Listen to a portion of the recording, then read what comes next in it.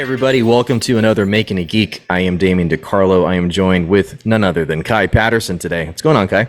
Hello, hello. I'm doing great, and I'm excited to talk about Insomnia. Insomnia. So excited. This is yet again our continuation of the Nolan series of films. We are now in Insomnia, which would be a very, very good film to talk about just because he has made so many different kinds of films. This is one that I really wanted to dive into when it was about, when I remember this film being a crime drama.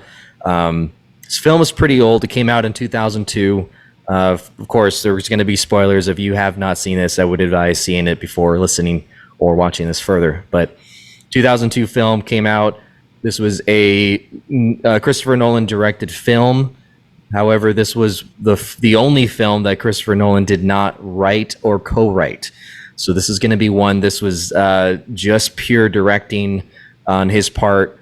The movie was a remake of a 1997 Norwegian film of the same name. This 2002 film stars Al Pacino, Robin Williams, Hilary Swank, to name the few that are in this film. About two LA homicide detectives investigating a murder of a teenage girl in Alaska. And there's so much that happens from here. So we're going to go into it, dive into what we think of this now in 2023. Kai, you are obviously a big fan like I am of Nolan. We do this quite regularly with his films. Now that you've seen this again, because I'm assuming you saw it back in the day, what are some standout moments for you in this film that we can start bouncing off back with each other here? Yeah, this is actually like only my second time watching it, so I felt like I actually retained a lot more information about this film than I had previously watched it, because I think when I watched it before I was like a teenager and I was just like kind of binging Nolan films. Right. But this one was very interesting. The very first moment, like the starting of the credits, I literally said out loud, "Nolan loves his dirty glaciers." And he's always got I think they're from like Iceland or something, or Greenland, wherever he shot Batman Begins and Interstellar, he used the same glaciers. And I believe they were the same ones in the beginning of this film, which is very funny.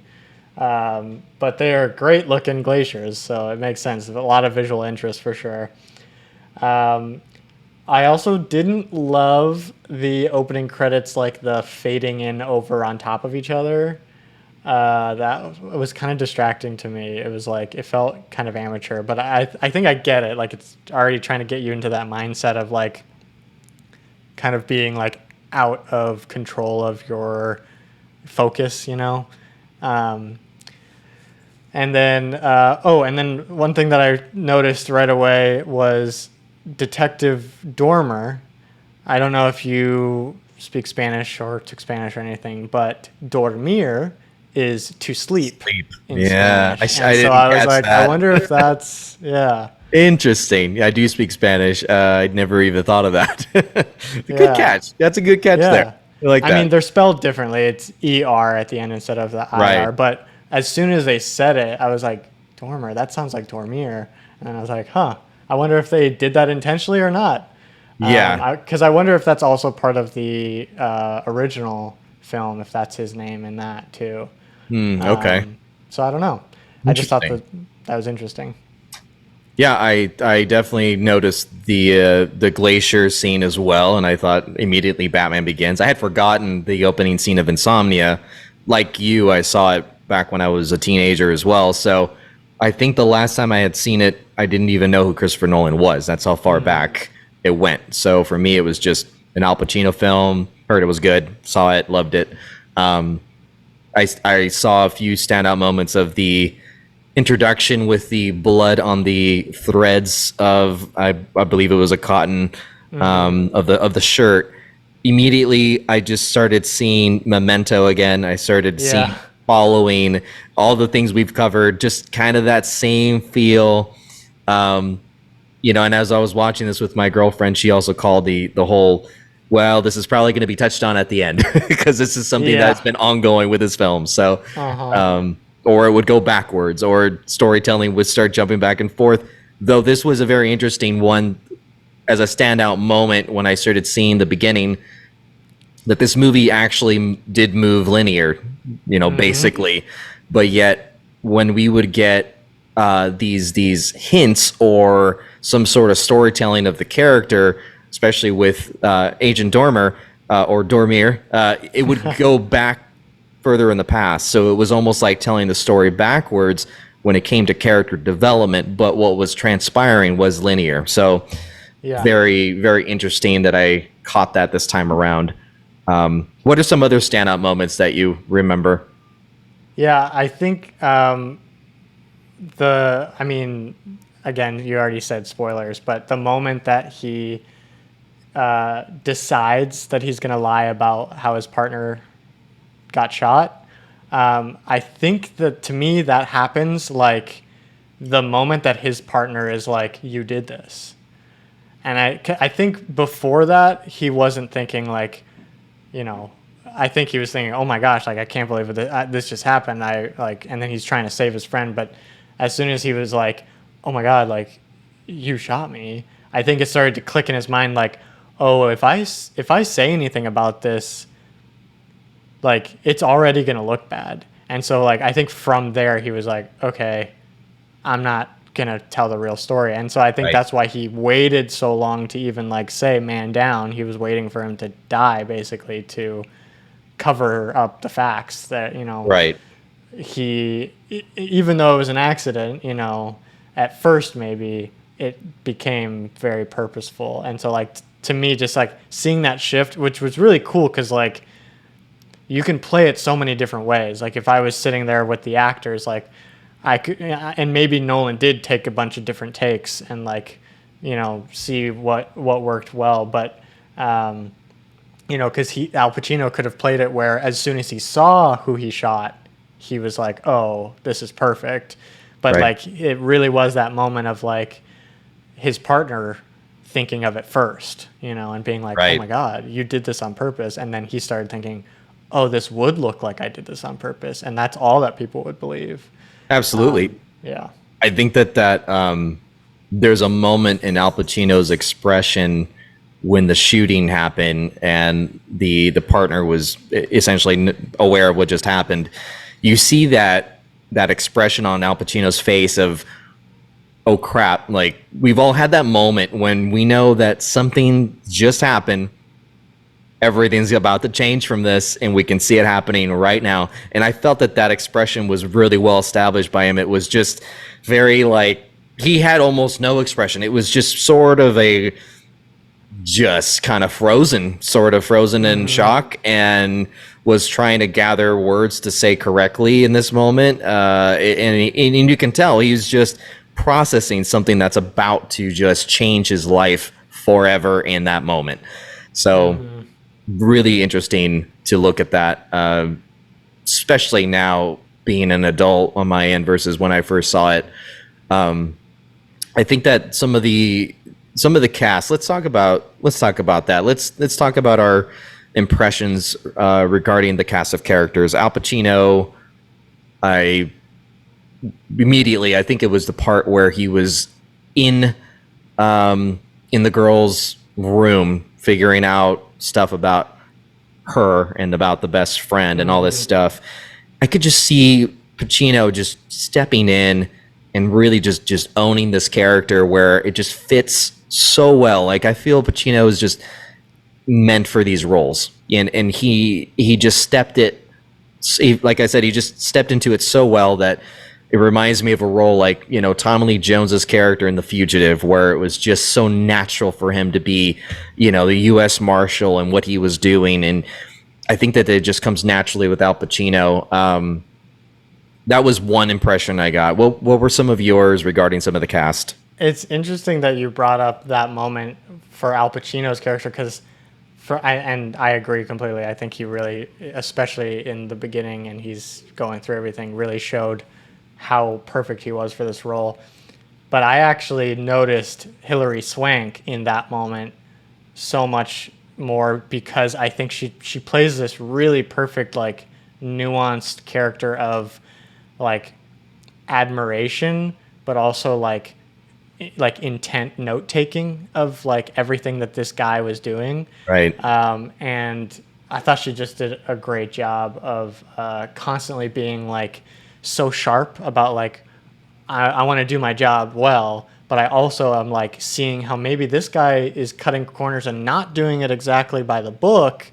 And Right. I'm keeping that in my head too, logging it. So every time she would like log a new piece of information about Al Pacino's performance and about Dormer's character, like I just thought she had great little tiny moments, and like, you know, a shout out to the editor who found those moments and like would place them, because like I felt there were a lot of times when like they would just kind of really quickly put a tiny moment of Hilary Swank in and then we'd cut back to something else, but those moments were so perfect to like gauge her character, because you could have put her way in the background of this story, but because of how much they like kept cutting to her even when she had no dialogue, like to me that shows how great of an actress Hilary Swank is, if the camera is begging to see her even when she's not talking through a whole scene. Yeah, I would say that no dialogue is not a bad thing in a film. I think that if you've got the right actor, expression and what they're doing is everything.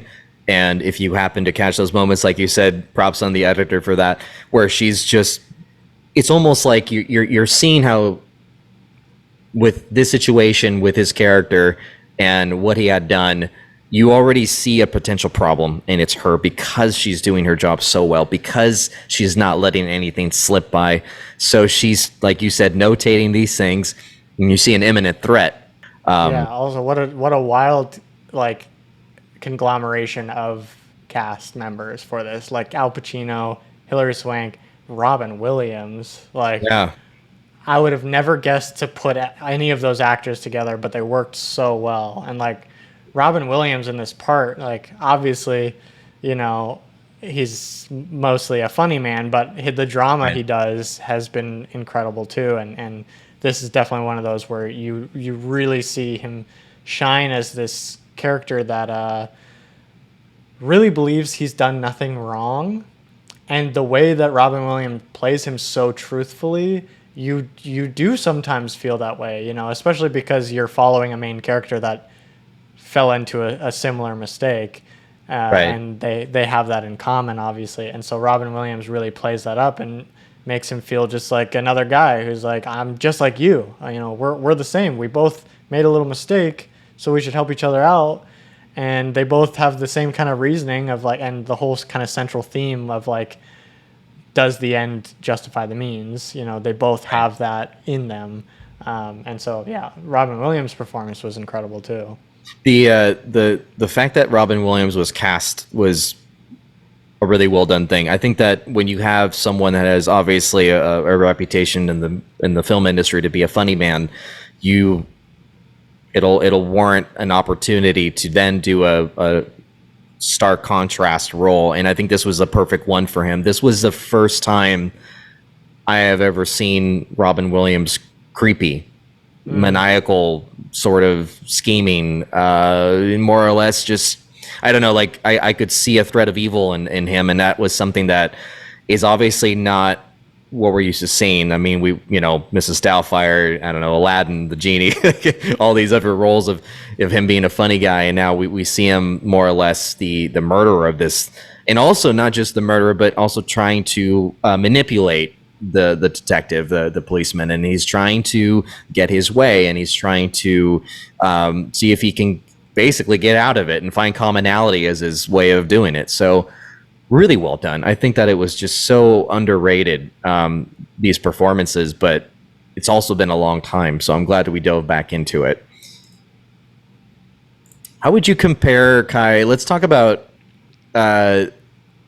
Nolan's other work with this. Like, I know that we've watched, Following and Memento, and these are similar, I guess, in a vibe.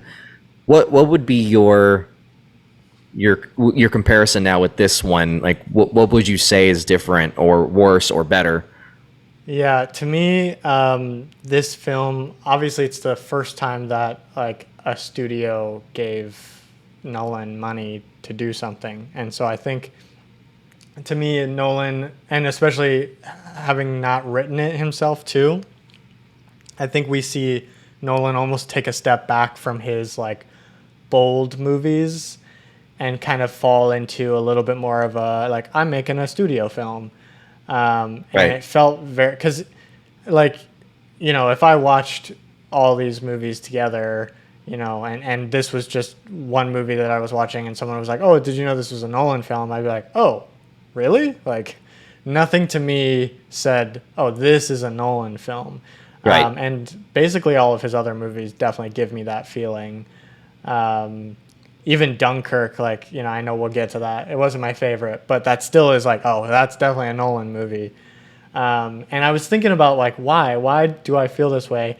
And I actually think that, like, obviously it's, you know, the bold steps that he's taking as a director too, and especially like non-linear storytelling. But I also think behind every great filmmaker is a great music composer, and I think that he hadn't teamed up with Hans Zimmer yet. Right. And to me, putting those two together, like, that creates the Nolan film and the Nolan vibe that I wasn't getting in this. Because I think, like, I'm sure we'll talk about it, but like the soundtrack to me, again, just like kind of following, and even Memento, I was like, I don't really know if I remember anything specifically at all. Right. But like once we move into Hans Zimmer era, like, oh, I can tell you what makes each beat feel that way, and it's always the music. So to me, yeah, I like, how does this compare to other Nolan films? I think it's his most like safe film that he's done. Yeah. And it's, yeah, I don't know. How do you feel?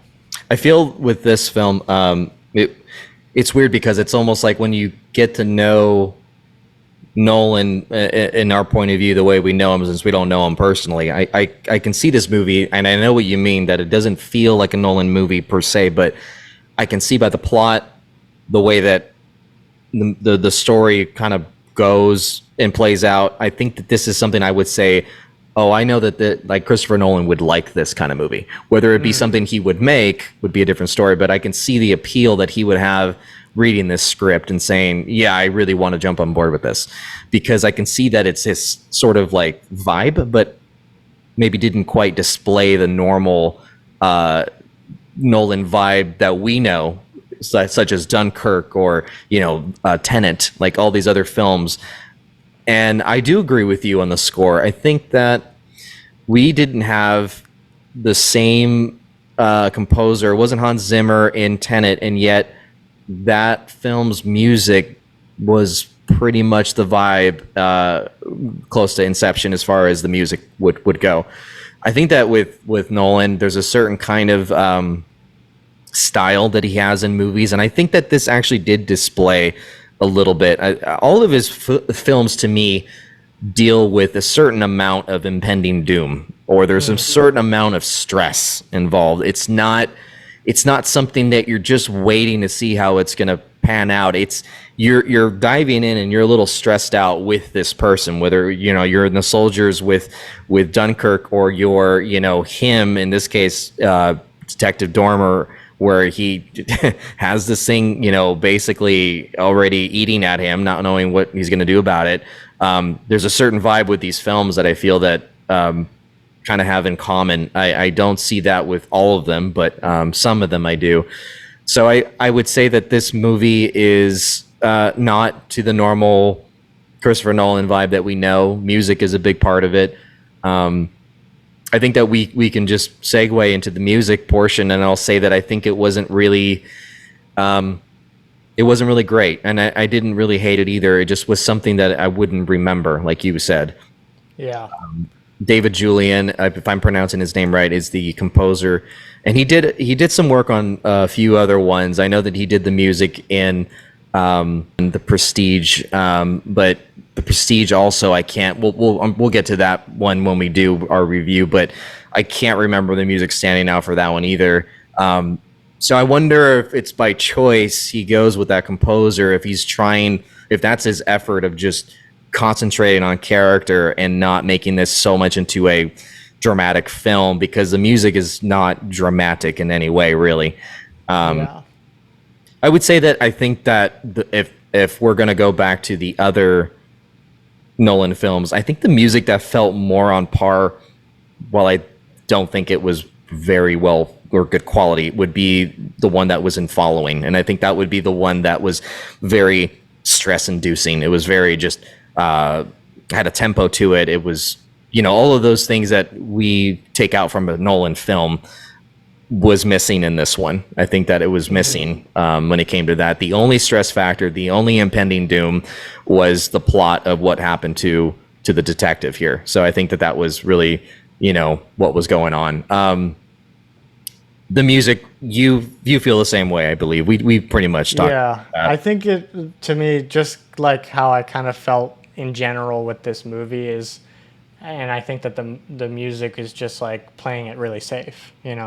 I think that music stands out when there's a bolder choice, whether that's good or bad. It doesn't really matter. Like the audience will remember something if they were like, "Wow, like that really wowed me," or they were like, "I hated that so much."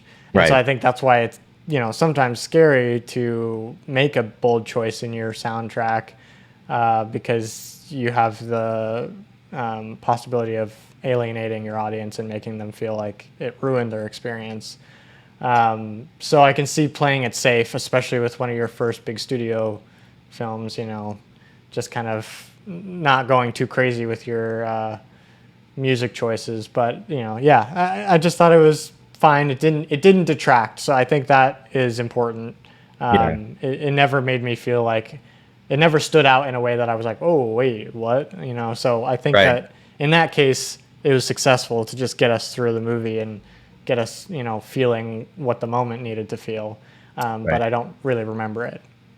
I would say that something to really dive into now that we talk about the quality of his filmmaking. I think that the story had a really good, had a really nice stress factor. I'll just say that again. It was about the fact of this whole plot centering around,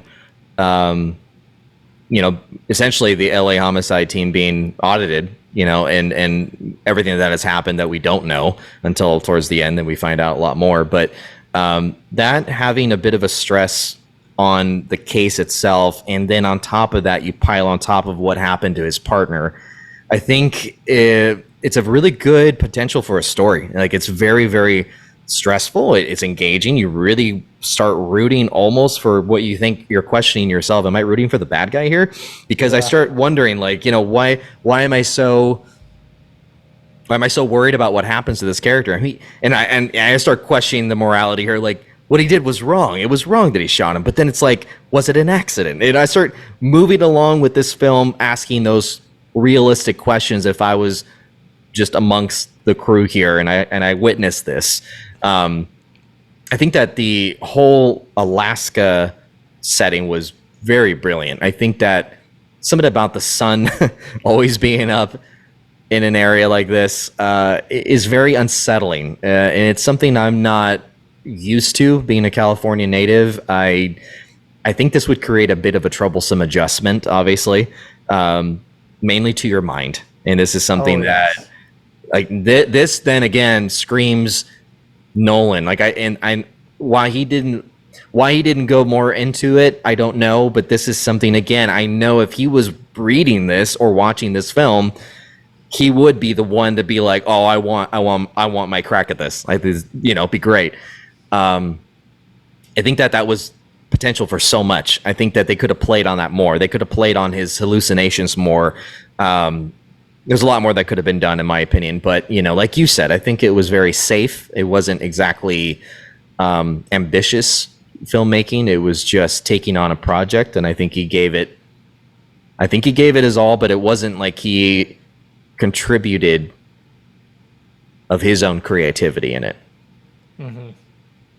Yeah, I would agree with that. And I think, I mean, I don't know what it feels like for a studio to be like, hey, we finally see your talent and we want to give you a movie, but we're also betting on you too. So, like, you better not mess it up.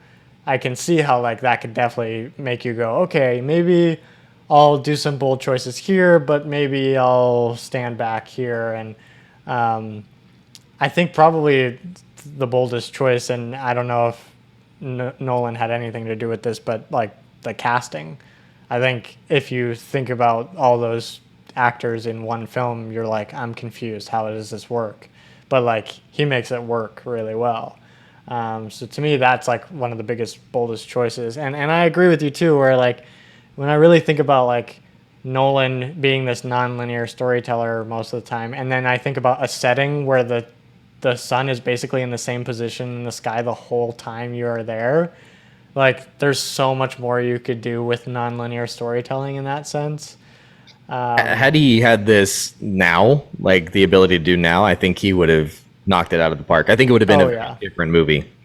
definitely, Had definitely. he did the writing, had he did the directing as he normally does with his films, there was a lot of potential for a lot of Christopher Nolan's creativity to shine.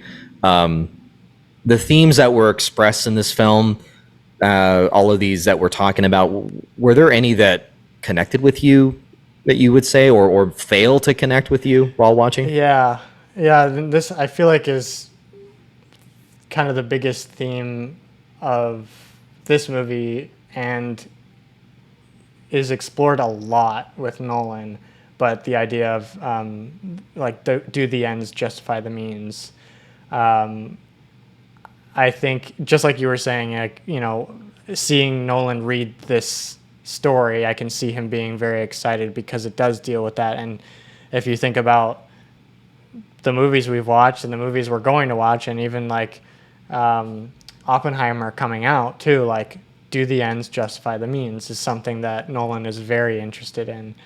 And you know, I was a philosophy major in college, and we would have a lot of discussions about that specific question. And so I think that that really resonated with me because I'm still grappling with that idea. Like, I think I personally would have gone more on the side of no matter how crazy the truth is, I'm going to tell it. You know, like if I was in Dormer's position, I think I would, I think the logical process I would go through is like, okay, yes, I did accidentally shoot this person and there was conflict, but if I acknowledge that, then it's almost like, well, why wouldn't he? You know, like why wouldn't that be true? If he's acknowledging that that's weird, if he's acknowledging that that's like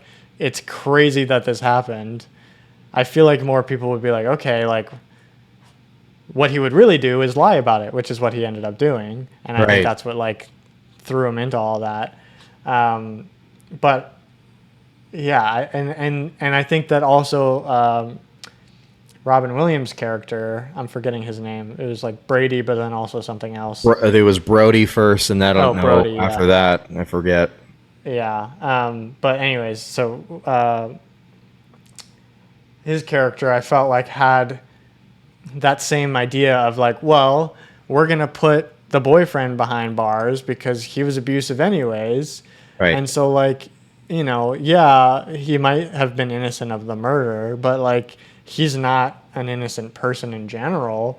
Right. Of course, he had a skewed idea of it because one, he's trying to protect himself, and two, he's like totally not acknowledging the fact that like though that boyfriend might have been abusive, that boyfriend didn't end up killing the girl. Like he killed Right. her. So, you know, take that with a grain of salt. But like I do think that that theme has always kind of resonated with me because I do grapple with that idea. Like anytime I think we would do debates in school about like, you know, should we have dropped the bombs on Hiroshima and Nagasaki, which we will, I'm sure, be exploring in Oppenheimer. Yeah. But Absolutely. like those are those moments where you're like, well, the war would have gone on, and the citizens were even prepared to fight if we invaded, and da da da, and like you start getting into the nitty gritty, and it's like, I don't know. I think, I think I'm more of a on principle kind of guy, where like the thing itself is bad, and so I can't do it. But then I I watch a lot of movies and I engage in a lot of conversations where like there are scenarios and you're like, well, like sometimes when I think about like the riots that happen when, voices aren't heard and like they're damaging property that is owned by other people, but like if their voices aren't heard, like what else can they do to like really tell people that like what is happening to us is wrong and like we need a voice to air that out, and so like Right. I'm always back and forth about it, so I think that resonated with me a lot, and I could keep rambling on about it, but I'm sure there's a theme that resonated with you too. Yeah, absolutely. That was my next question to you, and I'll answer it too. But in this situation, if you were him and you had the situation with the shooting of the partner, what would you do? And I think I would personally own up to it because I I would think too. that Yeah. I think that just makes the most sense, and like, and I think that maybe he didn't do it because maybe there was a part of him, especially as he decided to lie the very first time, which we didn't even see. The first time he lies is off camera. Like we cut into the detective questioning him, being like, "Is that right? Is that the story that you are going with?" Right. So like we kind of it's interesting. We like don't even see the very first time he lies, but I think that's because we've already seen the moment when he decides he's going to lie. So we don't see him lie the first time, but like I think we get the performance from Al Pacino when the character decides it is that point of no return. And I think that maybe because that came so quickly to him, like that character was like, oh, there's this, and this. There's so much more to my world that people wouldn't understand, and like maybe he's even thinking like the internal affairs investigation, like, if he's honest, he's gonna have to be honest about that affairs investigation as well, and Right. that's kind of the whole thing that he's trying to figure out. And then by the time the movie ends, he's like, "Damn, I wish I had," I Right. wish because he's begging for that the hotel lady to like judge him. Basically, he's like, "Please, like, I need somebody to like weigh in on what I did and whether it was right or wrong." And like, I think that that's so interesting for all people. I think we do all have that moment of like, well, like I know what I'm feeling, but I need just one more outside source to tell me if I'm crazy or not. Right. But personally, I think I would have just said, even though this is crazy, I rather have the truth out there than like I think lying is just too much work, and I think That's it's the thing. exhausting, and I think that's what Yeah. this film showed. Right.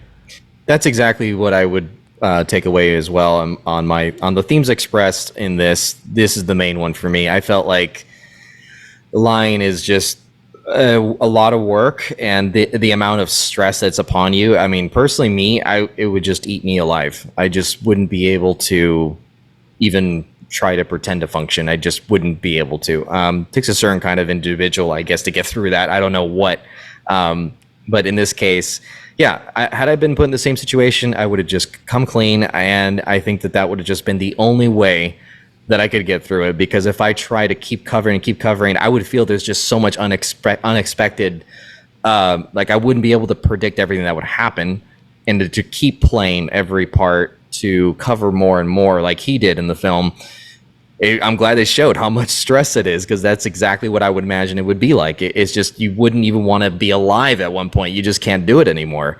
So I think it's a great lesson. I think that actually is a perfect segue to my one of the final questions I want to go over. Beyond just the simple entertainment factor, we know these movies and what they're like, intense, suspenseful. There is some sort of value in them, and I think that there's the question to be asked: what value or understanding of this film do you think offers us today in the world that we live in, the human condition?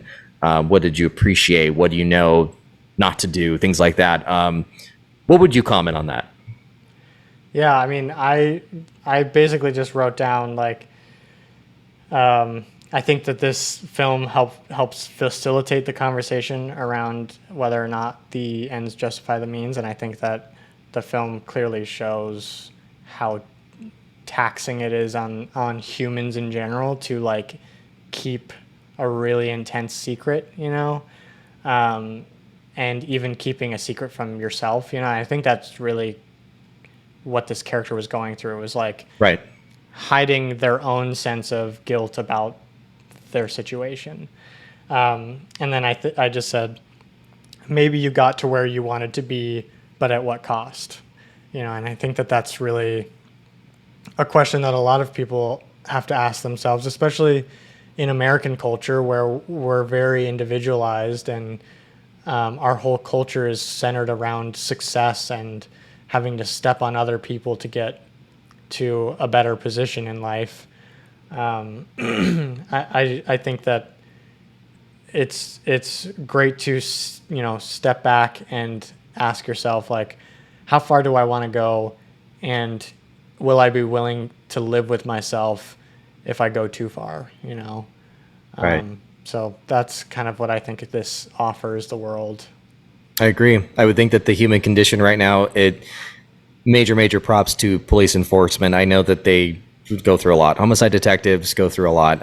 This is something that in our day and age in 2023, there's so much awareness. I mean, there's awareness for mental health. There's no exception with even police and law enforcement. There is a lot that they see that we do not have any idea on a daily basis, that we just live comfortably in our homes, but there's a lot going on. And so putting it to this film, I know that I could see, and it was expressed well, again, by not just Al Pacino, but I think that a little bit of the writing too, fleshing out this character. His character was just done with the lies, done with the politics involved, done with the just even the physicality of and how taxing the type of work is, and it showed. It was smart to put an older actor like Al Pacino, and I think that is something that we can appreciate. I know that a lot of people don't see that or imagine that that's what happens behind closed doors, but these are very real things. I mean, internal affairs. I mean, you're getting essentially audited for all your decision making, when your decision making is the hardest thing when in law enforcement, what to do. It's just not, it goes beyond morality, because I know that it's how this film, and it kept saying, with the decisions that they had made in the past, again, do the ends justify the means? Is this something that was worth it? Is this something that you can live with? Is this something that really was, it got the good end that you needed, but is this exactly what mankind all needs? Like, is this for you healthy? What's it going to do to you? Is it going to drive you crazy? Are you going to be the next person that murders someone, or all these other questions? And so it's just a very, very moral question. I think this was a very good movie just to kind of appreciate, because I can't relate, since I'm not in anywhere near this kind of field, but Yeah. you know what I mean? It's like one of those things that if you were to step in and see through the looking glass, you would see a lot of this. I would imagine there would be a lot of this. But that being said, it is a movie, and the last question, I guess, to ask before we do our rating, because it's going to have to be that we rate this and how it holds up. But this film in 2023, what would you say in terms of how it holds up, and then give me what you think a score, your fair score would be for this film? Yeah, I think the questions that this film is asking the audience to ask themselves definitely still holds up. I mean, we deal with this question every single day, and I think especially with law enforcement in 2020, 2020 on, and even before that, like, there is that theme of, maybe not doing the right thing, but maybe getting the right verdict. And if that's even the right way to think about things. And I think our like law system happens to ask that question a lot, and I don't know if we as a country have even come to a decision on like, ideas like that. Even stuff like the death penalty is like one of those where it's like, well, isn't that technically murder, but murder by the state, and like, is Right. that right because of all the atrocities of this person, or is it the principle, or, you know what I mean? So it's like, I think it's still very, very prevalent in 2023, all these questions Absolutely. and themes that go along this movie. So I definitely think it still holds up.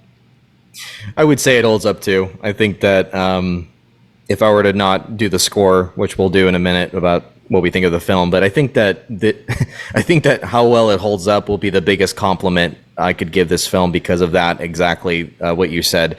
There's a lot in question in this day and age that hasn't changed in those terms since 2002, and we're talking almost 20 years. And this is something that is still relevant today with when it comes to these decisions, these moral decisions, how people can be heard. Like you said, there's so much to take away from a valuable plot to really, really question what you would do in that situation. You never know. You never know when you're put in. You never know what you're going to be put up against in this life, and you don't know what you'll be having to decide. And some of these decisions that you have to make are so last minute, and they're so possibly going to be regretful that it's good to give thought in these things, and you want to do what's right. And I think that at the end of the day, these kind of lessons, even if it wasn't a film, if it was a story that was being told to you, you have a sense of morality that you shape in your heart and you in your own very fiber. And this is the kind of thing that will contribute to that decision making when you need to rely on a big weighty decision. And even then, it may not even be the right decision. So there's a lot. But now in terms of film, now let's examine the film itself. As far as Christopher Nolan, I think it's only fair we do a rating system. So we do our simple 1 to 10. Kai, what would you say the rating would be for Insomnia? I did a 7.5 out of 10, but if we don't like half scores, then I will just do a 7, a solid 7. I think that it was like for the themes and everything in it and how prevalent it still is. I think that you can make it mean more to you than just an average movie, So I think that that's why it's like up there. But in terms of like a Nolan film, especially, like I just think it was just a little okay, And I think that there's just so much more you could have done with a setting like this, a story like this, characters that are as interesting as this. And I think he played it safe. So that's why I'm just gonna give it a 7 out of 10. I'm gonna give it a 6. Okay. I feel more, like I said, about how well this holds up with its themes and its value. But when it comes to filmmaking and Christopher Nolan filmmaking, the bar is raised really high, like very, very high with his stuff. And he did it himself. So I think that this film, deserves a 6, just above average. But to be honest, I don't see much replay value in this for me. I think that it was quite the experience. I did enjoy it. I don't think I need to see it again. I think if I were to isolate this film, would it be a well-made film? I really wouldn't. I think that this film was just a great story, great actors, but it wasn't something that blew me away. It didn't blow me away to where I think that it's a game changer. I don't think that it's something that we've seen a lot of films that are like this. There's a lot of crime drama films, and I think this kind of just fits in with that. Yeah, I will say this is probably the only Nolan film that I actually like pulled out my phone and realized that I was kind of bored during some of it, and I was like, "Oh shoot! Like I'm supposed to be taking notes on this. What have I done?" Yeah. That says a lot, and that's how I judge a film. As you know, Yeah. Once I bust out my phone, oh shoot, Yeah. did you lose me in the film? Definitely. So that's something that we will definitely review in further films and how they hold up. We definitely will encourage those that have not seen this film, check it out. This isn't a rating to not see it. Definitely see it. Christopher Nolan stuff is always good. It's never bad. Not quite to the bad where I say never watch it. So definitely encourage those that have already written us. Thank you for your messages. Keep writing us. Tell us what you thought of this movie and any other films to cover or talk about, especially Christopher Nolan stuff. But before we go, Kai, where can people find you? I know that you got a film coming out. Plug that baby in. Talk about it real quick with us. And where can we find you? You can find me at KaiPattersonFilms.com and Kai Patterson Films on every platform except for Twitter. It's Kai Patterson Cut because films wouldn't fit. And I just finished filming my short film, The Calico Cuckoo, and I'm very excited. I'm in post-production now. I was very pleased with my actors and my whole team. I think we told the story exactly how I wrote it, and I was rushing a little bit because we only had 2 days to film it, so there were some things that I wish that I could have gotten down better. But we're still in post-production, so you never know. I can throw out my visual effects magic hands, and maybe I can make some better shots. But I'm very excited. We're moving into post-production. Or we're in post-production currently, and moving into sound, music, color, all that, probably in the next week or two. But yeah, if you follow me on any of my social platforms or you sign up for my newsletter on my website, I will always be, keeping people up to date on what's going on with me and my films and whether they're going into film festivals where you can see them screened and all that. So very excited. And for audience members that are watching, just so you know, I am in the film as well. I am a janitor. I step into the background. Even though one of the actors kept saying, "Get off the set," I don't understand that line. But then after that, it's all downhill from there. Oh, sorry, I forgot to tell you. It apparently hit the cutting room. I don't know why I got thrown out of that scene so hard. But anyway, you can find me at Damien_DeCarlo and makingitgeek.com. Until next time, everybody, keep calm and geek on. Good night, everybody.